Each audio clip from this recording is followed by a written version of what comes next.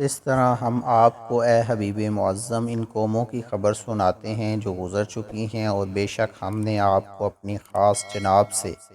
ذکر یعنی نصیحت نامہ عطا فرمایا ہے۔ جو شخص اس سے روگردانی کرے گا تو بے شک وہ قیامت کے دن سخت بوجھ اٹھائے گا،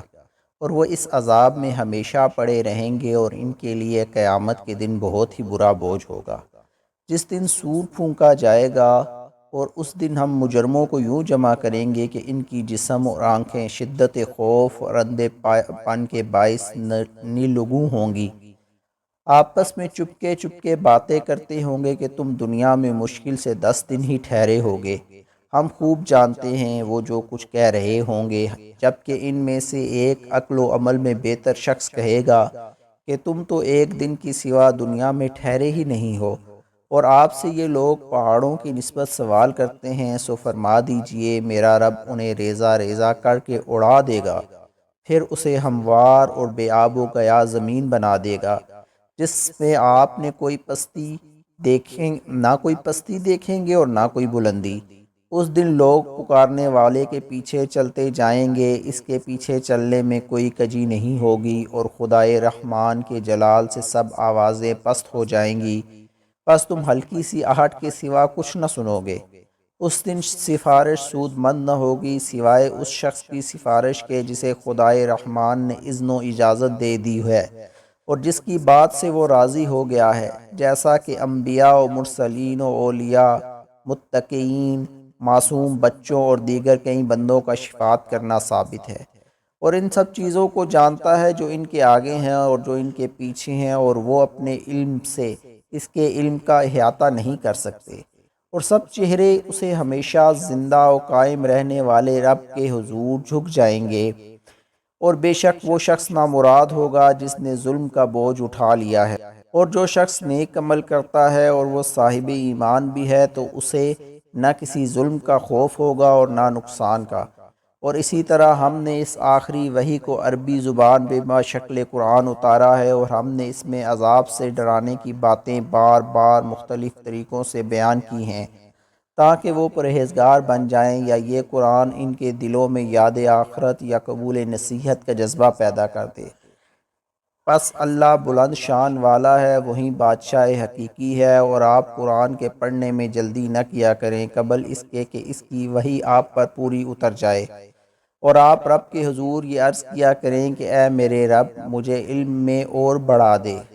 اور در حقیقت ہم نے اس سے بہت پہلے آدم علیہ السلام کو تاکیدی حکم فرمایا تھا، سو وہ بھول گئے، اور ہم نے ان میں بالکل نافرمانی کا کوئی ارادہ نہیں پایا، یہ محض ایک بھول تھی۔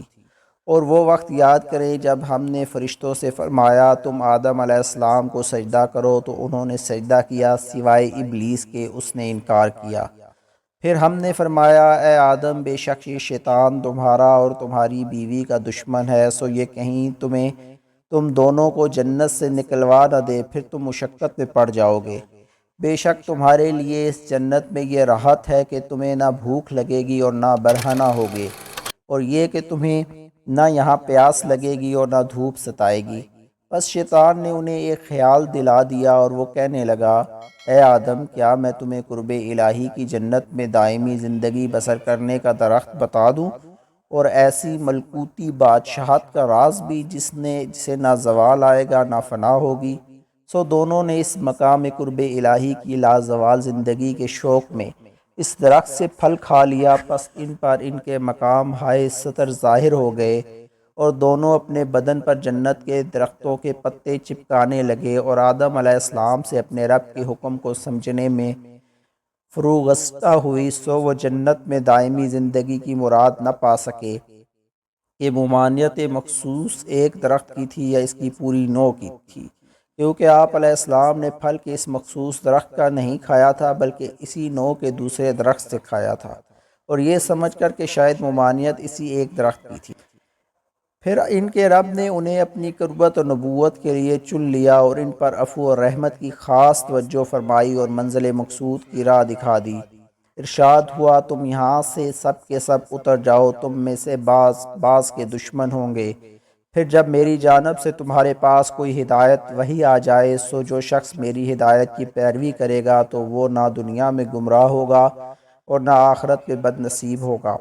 اور جس شخص نے میرے ذکر یعنی میری یاد اور نصیحت سے روگردانی کی تو اس کے لیے دنیاوی معاش بھی تنگ کر دیا جائے گا، اور ہم اسے قیامت کے دن بھی اندھا اٹھائیں گے۔ وہ کہے گا، اے میرے رب، تو نے مجھے آج اندھا کیوں اٹھایا حالانکہ میں دنیا میں بینا تھا؟ ارشاد ہوگا، ایسا ہی ہوا کہ دنیا میں تیرے پاس ہماری نشانیاں آئیں، پس تو نے انہیں بھلا دیا، اور آج اسی طرح تو بھی بھلا دیا جائے گا۔ اور اسی طرح ہم اس شخص کو بدلہ دیتے ہیں جو گناہوں میں حد سے نکل جائے اور اپنے رب کی آیتوں پر ایمان نہ لائے، اور بے شک آخرت کا عذاب بڑا ہی سخت اور ہمیشہ رہنے والا ہے۔ کیا انہیں اس بات نے ہدایت نہ دی کہ ہم نے ان سے پہلے کتنی ہی امتوں کو ہلاک کر دیا جن کی رہائش گاہوں میں اب یہ لوگ چلتے پھرتے ہیں؟ بے شک اس میں دانش مندوں کے لیے بہت سی نشانیاں ہیں۔ اور اگر آپ کے رب کی جانب سے ایک بات پہلے سے طے نہ ہو چکی ہوتی اور ان کے عذاب کے لیے قیامت کا وقت مقرر نہ ہوتا تو ان پر عذاب کا ابھی اترنا لازم ہو جاتا۔ بس آپ ان کی دل آزار باتوں پر صبر فرمایا کریں اور اپنے رب کی حمد کے ساتھ تسبیح کیا کریں۔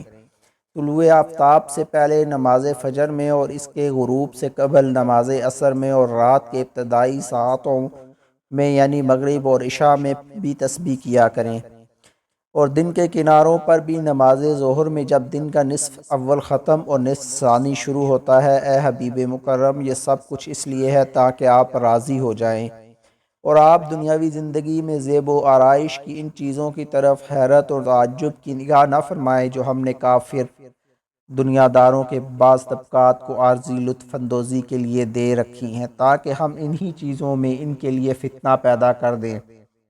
اور آپ کے رب کی اخروی عطا بہتر اور ہمیشہ باقی رہنے والی ہے۔